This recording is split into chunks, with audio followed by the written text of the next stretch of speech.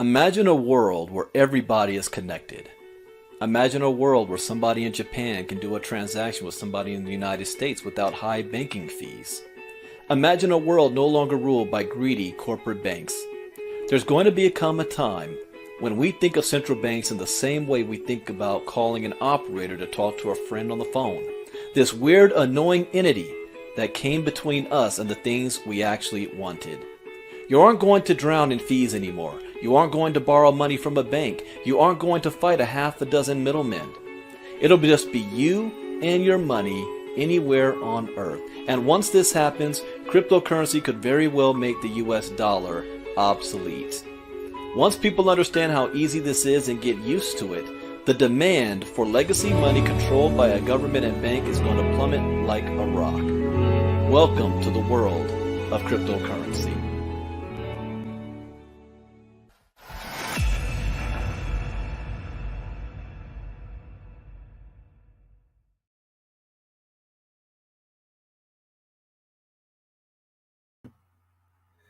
All right. Good morning, everybody. This is Early Morning Crypto Talk Bitcoin. Brandon, I would normally say I'm from Los Angeles, California, but today I am in Dallas, Texas at the Gaylord Hotel. I told you guys I was getting my stream fixed so that the internet connection would connect fine, but go ahead and type in the chat box where you're listening in from. As a disclaimer, I am not a licensed financial advisor to be giving financial advice. I read the news, give my opinion, share suggestion, and it is up to you to make an informed, intelligent decision on which direction you want to move into. So welcome, everybody. Let's see who we have on that I can see. We are streaming on 3 different places, multiple channels on Facebook. We're on YouTube and Twitter and our private ILC, Ivy League Crypto Academy community. Well, welcome to all of you. I am in Dallas, Texas, because I am attending the WCL convention event, and they are my client. They've been using my crypto education content now for almost 9 months, eight or 9 months now. And they have people that have flown in from all over the place. We have members that have driven in. I know Lori Lamar, for example, drove in from Illinois. We've got from the ILCA community, Mr. Prelvis Lofties is here. Marnita Casa is here. We also have my CMO, James Hendricks, will be here sometime this evening. So there's a lot taking place, and we're excited to be meeting with the WCL community. So go ahead in the chat box, type your name. I see Joy King from Fort Wayne, Indiana. Dave from Toronto, Canada. Provis Lofties is right here with me at the Gaylord. Patricia, Amy, good morning. I can't wait to meet you later on, Patricia. And guys, just to head you guys up on our, not today, tomorrow, our ILCA dinner. We changed the venue.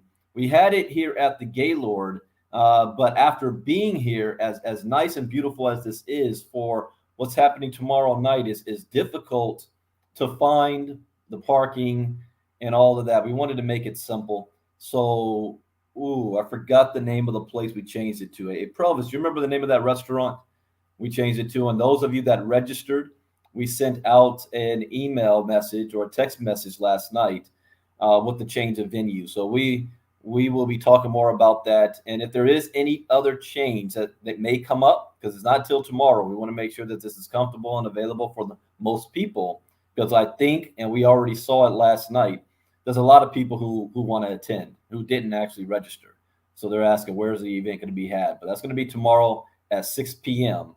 But I also see here Van Hairston from New Jersey, Sue Williams from Utah, Melissa from the UK. Welcome, Melissa. Laura Coleman Brown, good morning from Maryland. Delphine from California. Teresa, well, this jumped on me. Let me go back up. There we go. Delphine from California. Bye. Good morning. Cleveland in the house. Fallon from Netherlands, Texas, not Netherlands. James Flint from Nebraska. Margaretta from Michigan. Caton Fearless Buer, Atlanta. Peter Blackwell from Florida. Good morning. I don't know who Facebook user is, but excited to see the ILCA fam tomorrow. I don't know who that is, but I'm excited to see you too. Michael Terry. Good morning from Houston. Yashika from Georgia. Fallon. Hi, Fallon. Hi, Elizabeth. I don't know who that is. Facebook user. Ramon Wilson. What's happening, Ramon? Ramon, he's a OG in this crypto space. Michael Pendleton from Maryland. Teresa from Washington. Deborah Van Birch, Pennsylvania, visiting Fort Worth, Texas. Facebook user. Okay. Let me look for that email. And if anybody that might be confused, make sure you send Marnita a message about that, and she will get you hooked up. Oh yeah, the Texas Roadhouse. I have never been there before, but it's going to be at the Texas. Well, I haven't been to a lot of places in Texas. The Texas Roadhouse is where we're going to be meeting up tomorrow night. Good morning, everyone from Chicago, Illinois. Not sure who that is. Facebook user. Ramon is from Pensacola by way of Baltimore. Keith Hilton from Maryland. Tammy Seabreeze. I think that's, let me go back up. Tammy Seagreaves from Greensboro, North Carolina. Fallon. Oh, that's Marisol. Okay. Marisol, you know what to do. You got to hit that button so that StreamYard will let me see your name. Kevin from Georgia. Anita from Toronto, Canada. Anita, I remember Marnita talking about something with you. I think she got you squared away. Ignacio Garcia, other Facebook user. Prelvis, thank you for that. He got the Dallas update for tomorrow night. Thank you, sir. Keith Hilton. You learned about me from Steve and Pasha Carter. Yeah, I'll be meeting with them tomorrow. Steve, and I know Steve will probably be there tomorrow. I'm not sure if Pasha will be there. But yeah, they'll be at the dinner tomorrow too. They've got a big announcement tomorrow, so you guys better be looking out for a special Facebook Live. There's going to be a collaboration live with myself, Steve and Pasha, and also our CMO, James Hendricks, tomorrow. So be on the lookout for that. with that, the VIP VGN community. Ignacio from California. All right. So let's get on into it. I've been a couple of days since I've been able to do a live crypto talk without traveling. I've been traveling for the last couple of days, and we all have seen what's going on in the markets. And this is where we're going to separate. I would say the men from the boys, but this is what separates institutional thinkers from retail thinkers. And if you don't know what that means, institutional is code word for very wealthy people. Retail is code word for 401k, if that. So I just using that type of analogy. Raj, good morning, Raj. Raj is he's got a huge exchange that he's been working on launching coming up here. Raj is the guy that's going to be a crypto billionaire with the project he has going on out in the Middle East and Asia. But what happened in the crypto market? What's going on? Well, let me share screen and let's take a look and why I haven't lost any sleep. In fact, I've been very, very excited because one, this is something that we have predicted. We predicted that this was going to happen. How many times all year, for those of you that actually pay attention and listen, have I been saying that we need to go down big at least one more time? It wasn't a matter of if, it was a matter of when and how low can it go. That was what was debated by the institutional thinkers. How low can this go? I used to predict, I said anywhere between 25 to 30K. And some of the people that I listened to were saying even lower. They were saying anywhere between 15 to 22K. I didn't believe it could get that low. Because, but if you look at, is it possible? Absolutely. But if you look at the history of Bitcoin and you pull the microscope back, you don't have day-to-day thinking, and you see the graph, well, which way are you guys looking at me? Going like this over time since 2010, 2011. Whenever there was a so-called crash, the low is still higher than all previous. Still higher. You know what? I'm going to pull up Facebook. I made a post that I stole this image from Marnita that she posted in her group. And let me pull this up. Let me find this chart. But man, Provis. Let's see. Here we go. And I said, let's keep things in perspective. Bitcoin yearly lows. Bitcoin yearly lows. 2012, $4. 2013, $13. 2014, $300. 2015 came back down, $190. 2016, $360. 2017, $780. Remember, Bitcoin came on the scene in 2009, 2010. We're already 8 years in on this. 780, 2017. 2018, 3,200 was the low. 2019, 3,400. 2020, 3,800. 2021, 28,700. That is a massive jump. It has no choice but to correct. All right. 2022, $28,000. 28, 29, same as that 2021. But this low right here that everybody is panicking about, everybody's crying and screaming bloody murder, and I'm reading reports of people committing suicide because of Terra Luna and all this other crap. This low is higher than all of history of 2020 and before. In fact, in any of these years, if somebody told you, I guarantee you Bitcoin's going to go to $28,700, everybody would be putting everything they've got into it. But because people got spoiled because the price got up to 69,000, they think dropping to 28,000 is a crash. This ain't a crash. This is a correction. This is shaking out the weak hands. This is the institutionals they put their rocket ship on the tarmac and they're fueling it up. But to fuel it up, they're getting rid of that old fuel so that they can put their new super fuel in it, and they're buying the dip. And anybody out there, I had to call out a good friend of mine. I have a lot of respect for him.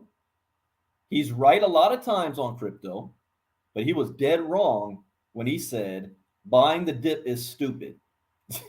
That's Bitcoin 101. You sell high, you buy low. Sell high, buy low. See this? See this? I got super security on my computer right now, and there's a whole lot of phishing attacks being made because this is an open network. So I will not be showing any of my wallets today.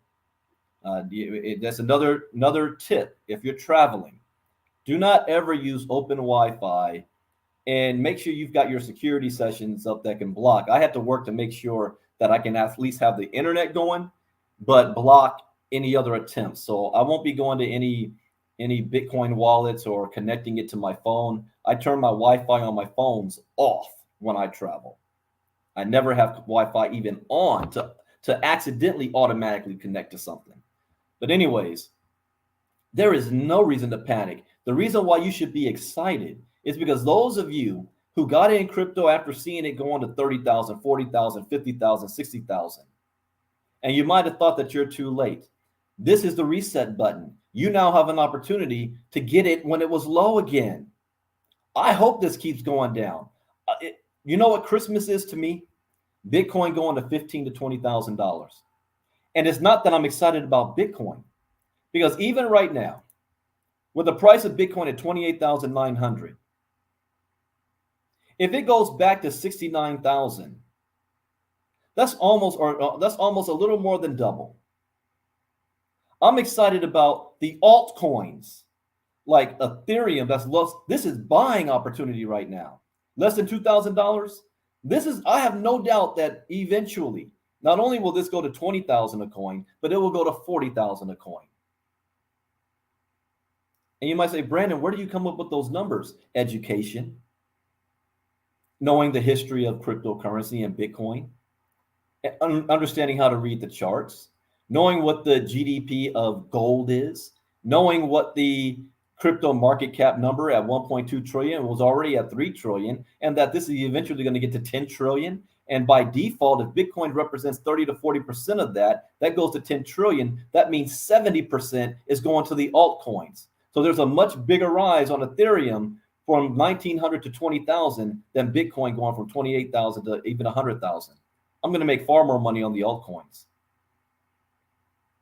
Education is key. Education is everything. And I love seeing times like this because it also shakes out the wannabes in this field, the wannabe gurus, the networkers, the guys who have made a lot of money before and other things. They come into crypto because they have a following and they have money and no education, and they have a huge ego, and they think that because they had major success before, they're going to duplicate that here by trying to sell everybody on crypto and making commissions off of that. And I am not knocking the hustle, as long as the hustle begins after you've been educated, because that's going to save you. But these individuals, you can always tell who they are when the market goes down, because whatever opportunities that they were promoting that's guaranteeing 2% or more, the market can't possibly sustain that if it's in a free fall dive. So some funny business is going on and they're getting squeezed. And then you'll have some of them will turn around and say, man, I told y'all that this crypto thing wasn't going to be no good. You bought at 40,000, you just lost all your money. See, we should get right back into gold and silver and maybe Forex and blah, blah, blah. When you hear talk like that, in fact, when you hear anybody who says they bought crypto and turn around and say anything negative about it, they're a poser, they're a liar, they're what's the word I want to use? I don't like to use the word false prophet. I'd rather use the word ignorance. Not stupid. They're not stupid. Ignorant to this space. And why would I say that? You guys have heard of the Winklevoss Twins, right? Remember the Social Experiment or whatever that movie was? The guys behind Facebook and Mark Zuckerberg. The Winklevoss Twins dropped $11 million of their own money in crypto, in Bitcoin. 10 years ago. And then they started wearing Bitcoin shirts all over the place right before they started Gemini. And people that didn't know, they're like, are you guys Satoshi Nakamoto? Did you create Bitcoin? No. Well, why are you promoting and pumping this if you don't have, ownership of the company? There is no company. It's decentralized. And one of the brothers, Tyler, I think it was, on an interview said something that most people, it went over their heads. And he said, I bought the asset. So if I bought the asset, then I want to promote it so the value of my asset can rise. Why in the world would I not promote it? Now, if I were to speak to my mom, and I want to break things down in layman's terms, I'll put it this way, because a lot of you guys are still confused about between Forex and crypto. The only way you lose in crypto is when you sell, regardless of what the current value is. That's the only way you lose, is when you sell. No matter if the value goes down. If you bought a house for $600,000, that's an asset. It's an asset. Some people might think if you have a mortgage, it's a liability, but it's an asset. And the market goes down and your house is now worth $400,000. Did you lose $200,000? No. You didn't lose $200,000. But if you sold and put the market up for $400,000 and then you sold it for $400,000, you lost $200,000. But what if you held on to that asset? And next thing you know, a couple of years later, the house is now worth $800,000, but you bought it for $600,000. Did you make an extra $200,000? No, not unless you sold it for $800,000. But when the market of that house value went up and down, did the house change? Do you still have a 2-car garage, 2.5 bath, a backyard, rooms? Did you add on to the house? The house is still there. So in crypto, it's not about, this is what institutions know. It's not about the price. How many of it do you have? How many shares do you have in a stock? That's what, have you ever talked to wealthy people? They're not talking about the price. They're talking about how many shares do you have? That's what's important. How many coins do you have? I've lost on crypto a lot because I sold. Not because I sold for a loss, because I sold, period. And then 2 years later, what I sold is now worth a freaking fortune. And I had to learn a very painful lesson because I was living off of crypto. And so selling my crypto to pay for my car, the house, my kid going to college, all the things that crypto paid for, which I don't regret. What I do regret is not having a better plan in place to have another source of income that could take care of my living expenses so I never have to touch my crypto. Because when I add up how much I sold my crypto, and when I add that number up, and then I forward to, what if I never sold it? What would it be worth today? It makes my stomach turn. We're talking 7 figures plus for the amount of tokens and things that I sold for my living expenses. Probably since 2017, probably close to $10 million is what it would be worth had I not sold. And that's with the market when Bitcoin was over $50,000. And that's sick. But I was learning. And we're always learning in this space. So no, there is no need to panic. There's a need to be excited. We want to buy the dip because that's exactly what the wealthy people are doing. The institutions are doing. So there is no panic. And when people say, Brandon, who should I listen to? Should I listen to you? No. You don't listen to anybody. You listen to yourself. We say, well, I don't know anything. How can I listen to myself? If you get crypto educated, then you will be able to create your own goals for yourself, your own strategy, short-term and long-term. And then when you listen to people like me, or whoever you may listen to on YouTube or the internet, whoever on social media, then you listen to what they're saying, and they can give some insights to certain things that might be useful for you to attain your goal. My goal is not your goal. So you can't do exactly what I do because I have a certain goal that I'm headed towards that might be harmful to your goal. You might have a short-term goal where mine is long-term. So it's not that what I'm saying is wrong. It just might be wrong for you in your fitting. But if you're not crypto educated, you're not going to know that. And that's where the mistake a lot of people make. They're like, I'm going to listen to, I trust that person. I'm going to listen to everything they do. I don't need to get crypto educated. I'm going to leave it all to them and just follow them. I guarantee you're going to lose most, if not all of your money eventually. Worse, even if the person you're following ain't crypto educated themselves, you will lose all your money, and so will they. I can't tell you when, where, or how, but eventually it will happen. Like the person who lost $600,000 because he refused to get crypto educated, thought he knew everything, had a huge ego, was messing around with MetaMask and his iPhone, and saved his private keys into the cloud, and it got hacked. Simple security measures that if you're crypto educated, you would know what to do. But this is exciting times, ladies and gentlemen. Very, very exciting times. You know why? 95% of the planet is not involved in crypto. You are still here at the beginning stages of this. So let me look at this market cap. We're down 7.2% in the last 24 hours. Bitcoin dominance has risen to 42.6%. So blood is in the street for the altcoins. Ethereum's at 18.4. So Bitcoin kind of relatively, finding a little stability here. 28,900. Some of the people that I follow are still thinking that this was a soft cat bounce, that it still has further to go. I mean, the institutions are squeezing this. They want it down. They're like, there's no way in the world I'm paying $69,000 for a Bitcoin. Let's get this thing down to $20,000 range, and then let's go. Let's ride it and get all these weak people out the market. Ethereum, $1,900. Who else? Who's the best performers of the last 24 hours? We don't even want to look at Luna right now. They're flatlining. Now, what my opinion on Luna, they have a real world project that is spectacular.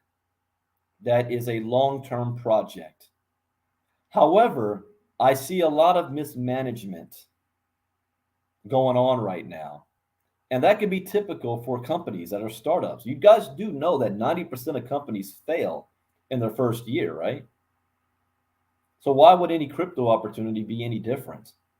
So they're going through a major test, major learning curve with billions of dollars on the line, but they've also exposed one of my greatest fears in crypto that I have shared. There's only two fears that I have that I know that can shake the market. One is a gentleman by the name of Craig Wright, self-proclaimed Satoshi Nakamoto. And the only reason why I fear him is because he has the ability to manipulate the market in the negative and hurt the market by running around claiming that he's Satoshi Nakamoto. And the things he says is opposite of what the Bitcoin white paper even says. But he's got billions of dollars at his disposal to be able to execute whatever crazy plan he has, whether he wants to fork Bitcoin again, Bitcoin SV and Bitcoin ABC and all that stuff. He's the one reason why they forked and taken half the miners with him in consensus. So I see him as a major threat because he just won't go away. The second threat for me is USDT, Tether. USDT, right here. And why does this scare me? We're talking about a $76 billion market cap. 76 billion. This is supposed to be backed by something. Tether has been acting shady for the last 3-4 years with their reporting and their auditing. Do they really have 76.8 billion in assets to back up the token?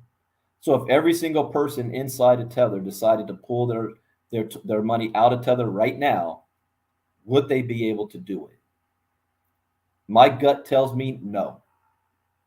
If there was a run on Tether, then we'll see the same thing that happened to USDT, Terra Luna's version of the stable UST right here. I mean, same thing. What happened? This is supposed to be pegged 1-to-1 to the US dollar. It's at 16 cents. That's crazy. If that were to happen to Tether, the entire Bitcoin would probably go to $4,000 overnight, and it might stay there for about a year. Now, ultimately, it will recover. It will. But we're talking about a lot of long-term pain that will happen. But the institutions won't be phased because they see the bigger picture here. But that's too much money out there that an event like that happening would force the governments to try to step in and create regulatory framework that's not positive for crypto. That's my issue I have. So those are my only two fears. And we saw that even this UST is going to go down as one of the greatest, what was it, $45 billion loss on the stable coin itself. Then they had to untether Luna, and Luna started to rebound. But a lot of exchanges have delisted this. You know, its all-time high was $119 just a month ago. A month ago, it was $119. Right now it's 0.0003. Now here's the question though. Is this buying opportunity on Luna? If they can survive this test and it comes back up, maybe the reset button happened here. Let's do dream mode on this. You guys missed my dream modes? Let's do dream mode on this. Let's say you put $100 on Luna right now. And let me say this. No, there's no way in hell I'm telling you to buy Luna right now, okay? I am not going down. So I saw Brandon do a talk. He said, buy the dip on Luna. Hell no, I am not saying that. I'm just doing a dream mode on this. 0.00038023. You would have 262,998 tokens. And it goes back to its all-time high of $119.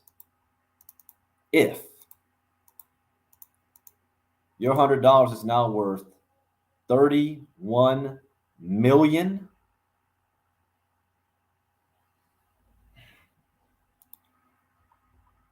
you might want to take maybe a $10 risk on it. But this is a big if they can come back from this. I don't know. It ain't looking good. But you got to use your own discretion on that. I did. I put $100 down when I was buying the dip on this, but it was much higher than it is right now when I did that, because I wanted to see what was going to happen with this. All right, so let's go back to the best performing tokens. Oh, wait, this is Saturday, right? So Saturday, since I do this publicly, remember, I do crypto talk 5 days a week just for my community. Only Saturday is open for everybody. So we got to go week to week then. So let me look at the last 7 days. Best performer in the last 7 days, Maker, Chain, and then we got stable coins. So the last week, only Maker and Chains made it out in the positive. Worst performers, Luna, down 100%. USD Terra, UST, Fracshare down 63, Phantom 57, Waves 53. This has been my worst performing. One of the bets I did, well, I can't say bets. One of the positions I took in my trade on my Binance, and I did it live, and this did not pan out good. So this is one of my losing scenarios. And yes, I lose. I lose like everybody else. I win more than I lose, but I lose. Don't let nobody talk to you that they never lose and they're just balling like that. Yeah, so this a major loss for me on this. So I haven't sold. So did I really lose? I'm going to sit on this. We'll see where it's at 6 months from now. I'm just holding the tokens. Convex down 52, Thorchain 51, the Graph 49, Steppen is down 48%. Avalanche down 47. Nobody was spared. Nobody was spared on this. It's just the market. Plus, you have what's going on in the world. The stock market dropped. We've got a war still going on in Ukraine. We've got inflation shooting through the roof. We've got oil revenues, oil prices highest that has ever been ever. So there's a lot of external factors. We've got the midterm elections that's going to be coming up. So watch these politicians coming out running their mouths about this type of stuff. So there's a lot of external factors that have nothing to do about you reading the charts that have impacted this. But regardless, this was predicted. I said this was going to happen. We were just waiting for it to happen. And I got a bag I'm about to drop. Probably when I told the team yesterday, when I get back from Dallas, I'm going to really look at the charts hard. And then I'm going to be dropping bags. I want to see where this is consolidating at, how much lower it's going to go. But especially for Ethereum, anything below $2,000 is great buying. But especially if this drops to like 1,500, then I'm going on a buying spree. And it ain't Bitcoin. I still dollar cost average Bitcoin, regardless of what the price is. I'm talking about all of these other tokens. I'm going to be losing my mind. All right. Let's take a look at some news lately. What news do we have? Besides, I think the last thing that I did, we talked about California Governor Gavin Newsom signs an executive order for crypto regulatory framework. That was major news. Let's see some other local headlines, and then I'm going to have to hop off. I've got a special call with a large group back home in California at the top of the hour, and then an hour and a half after or from now, we've got the WCL event. So I'll be going downstairs into the conference room for that event, and we will be streaming part of it live. When I go on stage, we will have, I think Marnita will be streaming it live. So if you go to Marnita's page when it starts, I will keep an eye on her page because I don't know what time I'll be speaking, but she will be streaming it live. So crypto capitalist Arthur Hayes forecasts dramatic new lows for Bitcoin. Yeah, I want to see what is he talking about. More than $300,000. More than 30 million in Bitcoin abruptly moves after lying in deep freeze since 2013. The whales are on the move. 2 Ethereum-based altcoins erupt in defiant rallies, outrunning Bitcoin and crypto. Yeah, I want to take a quick look at that. Rich Dad Poor Dad author delivers alarming economic warning, unveils all new price target for Bitcoin. We will wait. I saw stable coins here. It's time to algorithmic stablecoins. Something else says FTX Crypto. Sam Bankman-Fried. Okay. Oh man, there's a whole lot. I don't have enough time, so we're gonna skim through some of this. I want to start with this one. What is Sam Bankman-Fried talking about?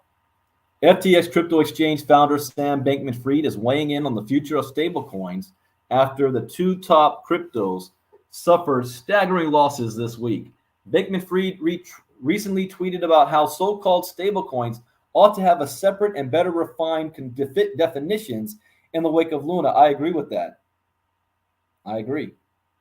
A good point someone brought up recently. Really, stablecoin is used to mean multiple different things. There's only one thing that people use stablecoins for, and that is to hedge against volatility. When we realize that the market's about to drop, we put it into Tether. When we realize the market has had a bottom and about to come back up, we move it off of Tether back into the market. That's it. One good thing it means is stablecoin backed 1-to-1 by a US dollar in a US bank account. That's what current drafts of US regulations are looking to license as a first step. The FTX CEO then mentions other stablecoin tiers which are susceptible to volatility and risk because they're not backed strictly by dollar reserves, but a mix of assets and debts. Another is stablecoin backed greater equals 1-to-1 by liquid debt assets, treasuries, and USD. Non-zero price risk, but generally they stay very close to $1 because they can be redeemed. For example, Tether, here we go, has stayed within a few percentage of $1 during this crash, and I'm hearing $1 billion plus successfully redeemed, which meant $1 billion was pulled out of Tether with no problems, no issues, unlike UST did. A third is a stablecoin backed greater equals 1-to-1 by a very volatile asset. What asset would you use? Gold? Silver? What about electricity? Those of you that are still part of the Green Project, that was brought up early on. What if that we have a stable coin backed by something that will never go away? That will, next to the air we breathe, our society does not operate without electricity. So those are algorithmic stable coins. If the underlying crashes, they go down a lot, like UST. When it comes to solutions, Bankman-Fried suggests applying distinct definitions to the different versions. You know what? What? Anybody tell me? You can type it in the chat box because I do not recall. But what volatile assets did UST say they're using to back themselves up if it's not the dollar? If you guys know that answer, please type it in the chat box because I forgot. So he wants, and then I already know he's talking about here, he wants the different type of stable coins to have their own classification class so people would know the difference.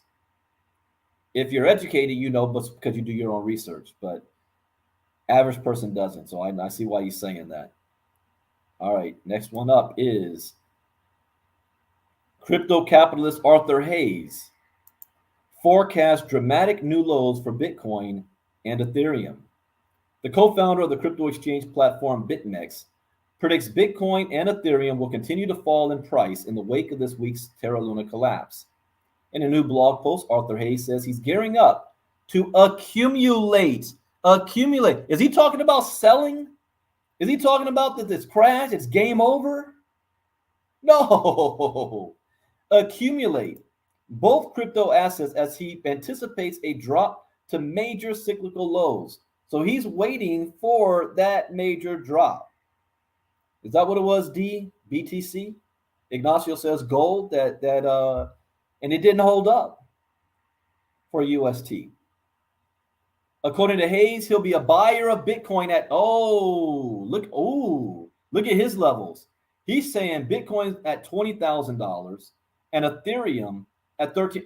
I'm not at, oh man, I don't have my notepad. At home, okay, ILCA community, I'm getting old, remind me. I wrote down some notes at what price to buy in.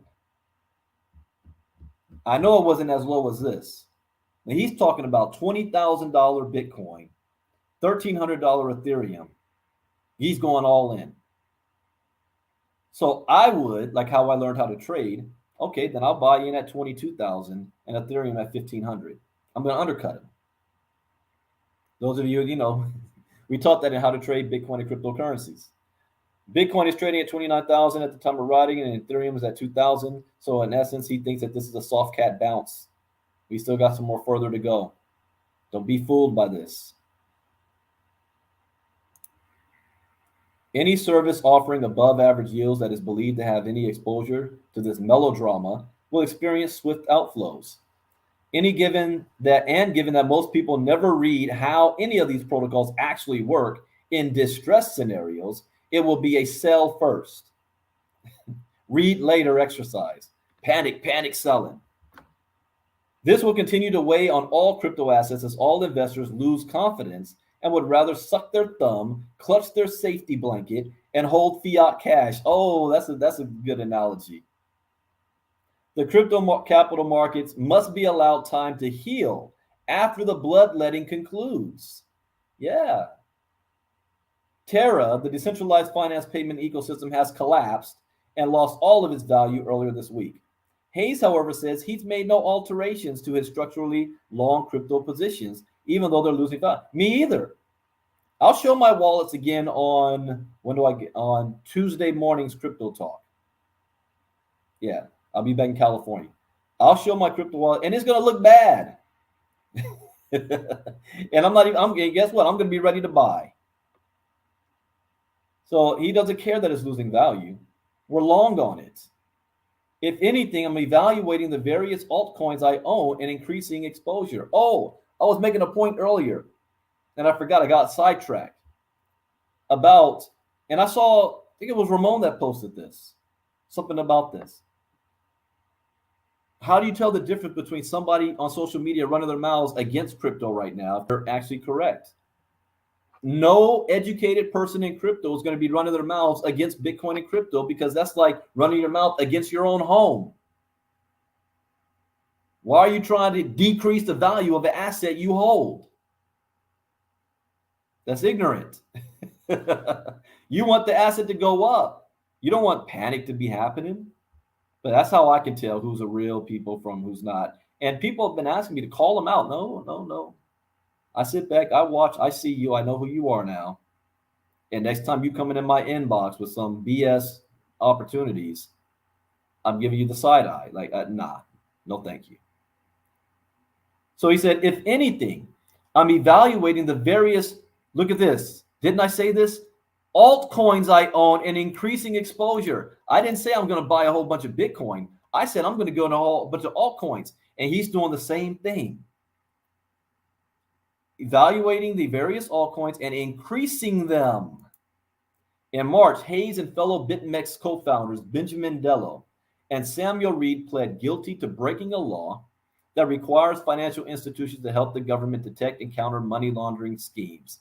They had to throw this one in there, right? The U.S. Department of Justice alleged that the trio willfully failed to maintain anti-money laundering protocols and profited from the transactions of U.S.-based customers while operating outside of the country. Okay. Sam Bankman-Fried did the same thing. Then he decided, oh, I'm going to go legit.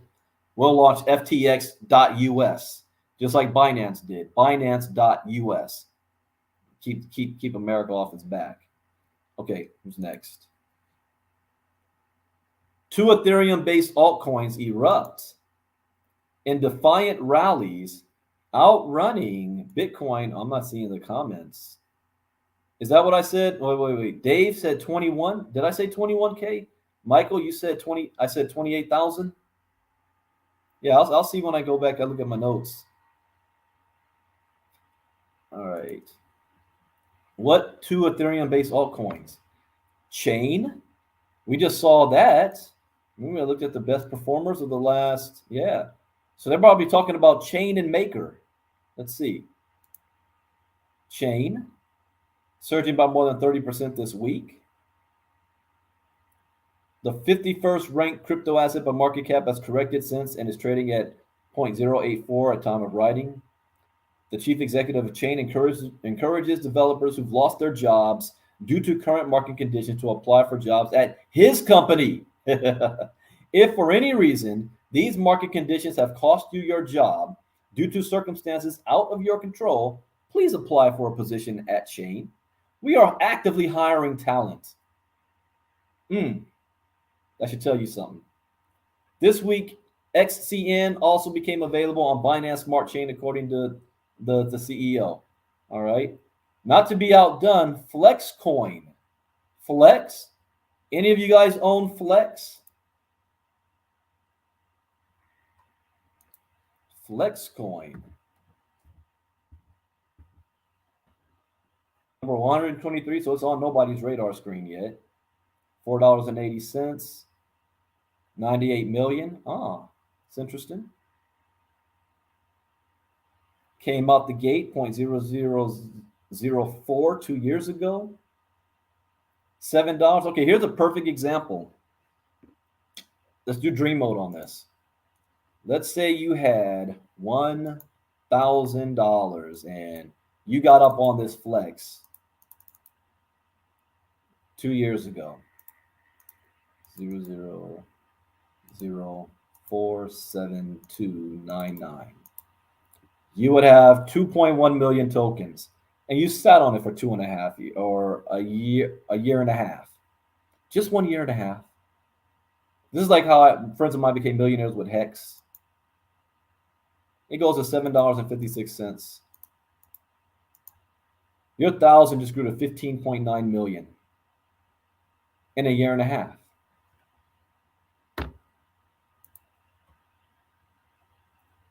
A lot of times for some people, they don't know when to sell. Remember, we're in this game for a profit too. Sell a percentage. Okay, so Flex. Hong Kong-based futures exchange platform jumped over 33% this week. 124th ranked crypto asset by market cap is trading at 482. They established their own stablecoin. Surged to a high of $1.09 and then dropped to around 93 cents, but has since stabilized at $1. Okay. Hey, you guys in the ILCA community, write down that one. Watch Flex, and then remind me of that on Tuesday when I come back. Brandon, you said write this one down because I want to look at it again on Tuesday. Flex.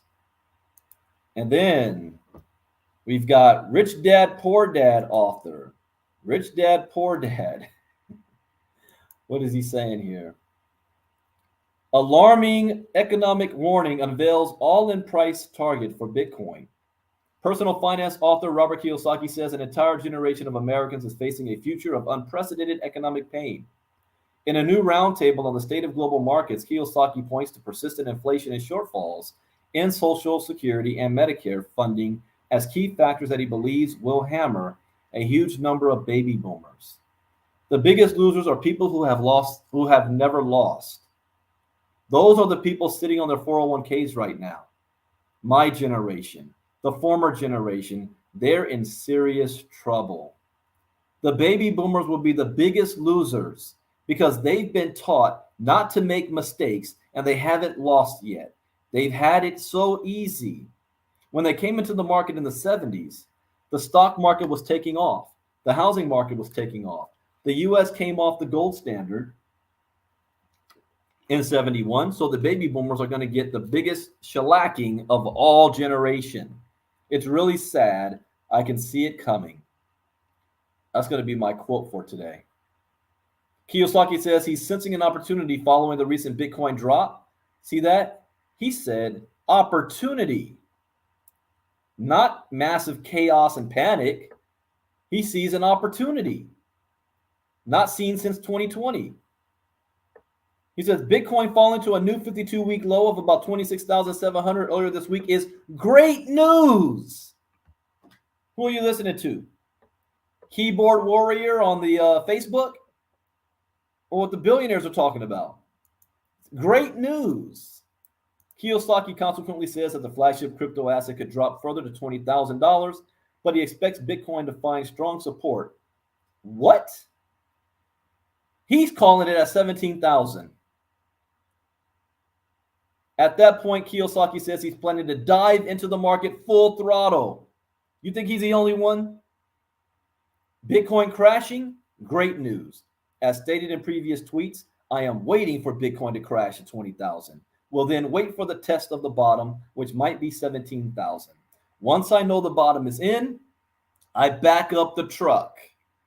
Crashes are the best times to get rich. That's all that needs to be said. So how are you guys doing? Are you still in panic mode on crypto? See, I would strongly suggest crypto education first. I don't care who you are, how much money you have. I can't be impressed by money. And people try to do that to me all the time. Hold on. Let's see here. Now, I'm not a cash and flash guy. Or is that how you say it? Flash and cash? Cash and flash? I'm not that type of guy.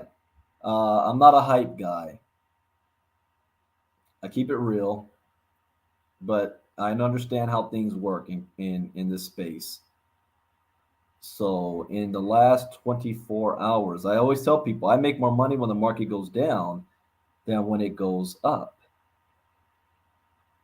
So I've made combined about $11,000 in the last 24 hours while I've been here in Texas on vacation, so to speak. See, when you're educated, you know how to move. I had to have a talk with my dad because my dad, he doesn't understand crypto. And when he sees the market go down and it's all over the news, he thinks, oh no, my son is about to lose everything. And he calls me up. Hey, and I always know when he's worried, hey son, how are you doing? Is everything okay? And he just wants to hear my voice. He could tell if I'm sounding stressed or not. And I'm like, oh, yeah, that's all good. Oh, well, I saw on the news. I said, Dad, how many times? When the market goes down, I make more money. Not only that, I figured out something. How did people in the gold rush, who made the most money in the gold rush? Was it people going out there digging for gold? Or was it the people selling picks and shovels? I figured out how to sell picks and shovels. And not only did I figure out how to sell picks and shovels, I've created a platform where everybody can also make money selling the picks and the shovels. And the money you earn from doing that, you can use to build your crypto portfolio. That's what Ivy League Crypto Academy is all about. And on that note, I've got to go. I've got to hop on a new upcoming call coming up. But what's next? Provis already posted. Anybody in the Dallas area, we're going to be having dinner tomorrow night. Come out and hang out with us. It'll be at 6 p.m. at the Roadhouse Steakhouse. I think that's what it is. Roadhouse Steakhouse. Provis already posted that. If you're not sure about any of that information, make sure you send a message to my executive assistant, Marnita Casa. And you can also reach out to James. James is traveling. He should be here in Texas by sometime this evening. And after this event today for WCL should be over by 5. I'm still going to be here at the Gaylord hanging out all night. So anybody that wants to hang out and come kick it with us, and just shoot me a message. And I'm going to be running around the Gaylord. This is a beautiful hotel. I forgot how big it is. So I want to relax out there. What's going on, Wendy? See you, Wendy Baird. And then tomorrow we'll be meeting up with Steve and Pasha. And I'll be on stage in a couple of hours, and we will be streaming that live. And Raj, congratulations on all that you're doing, the hard work that you're putting together for your community and your business. And always reach out to me if there's any way that I can help and we can collaborate some kind of way, because I don't think I chatted with you last when I told you that I now have my own company, Ivy League Crypto Academy. So we can reach out, get with me and Peter, and we can chat. All right, everybody, take care. 5-day challenge is coming up May 23rd. May 23rd. ILCAchallenge.com. ILCAchallenge.com. Where's my link? There we go. Scream at the bottom. Next 5-day challenge, May 23rd.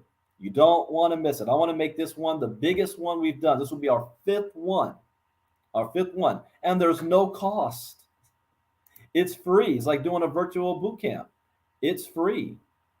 So with that, see you guys all later. Pat, I can't wait to see you as well. I'll see you tomorrow. And have a good weekend, everybody else. Take care. Bitcoin Brandon out. Bye-bye.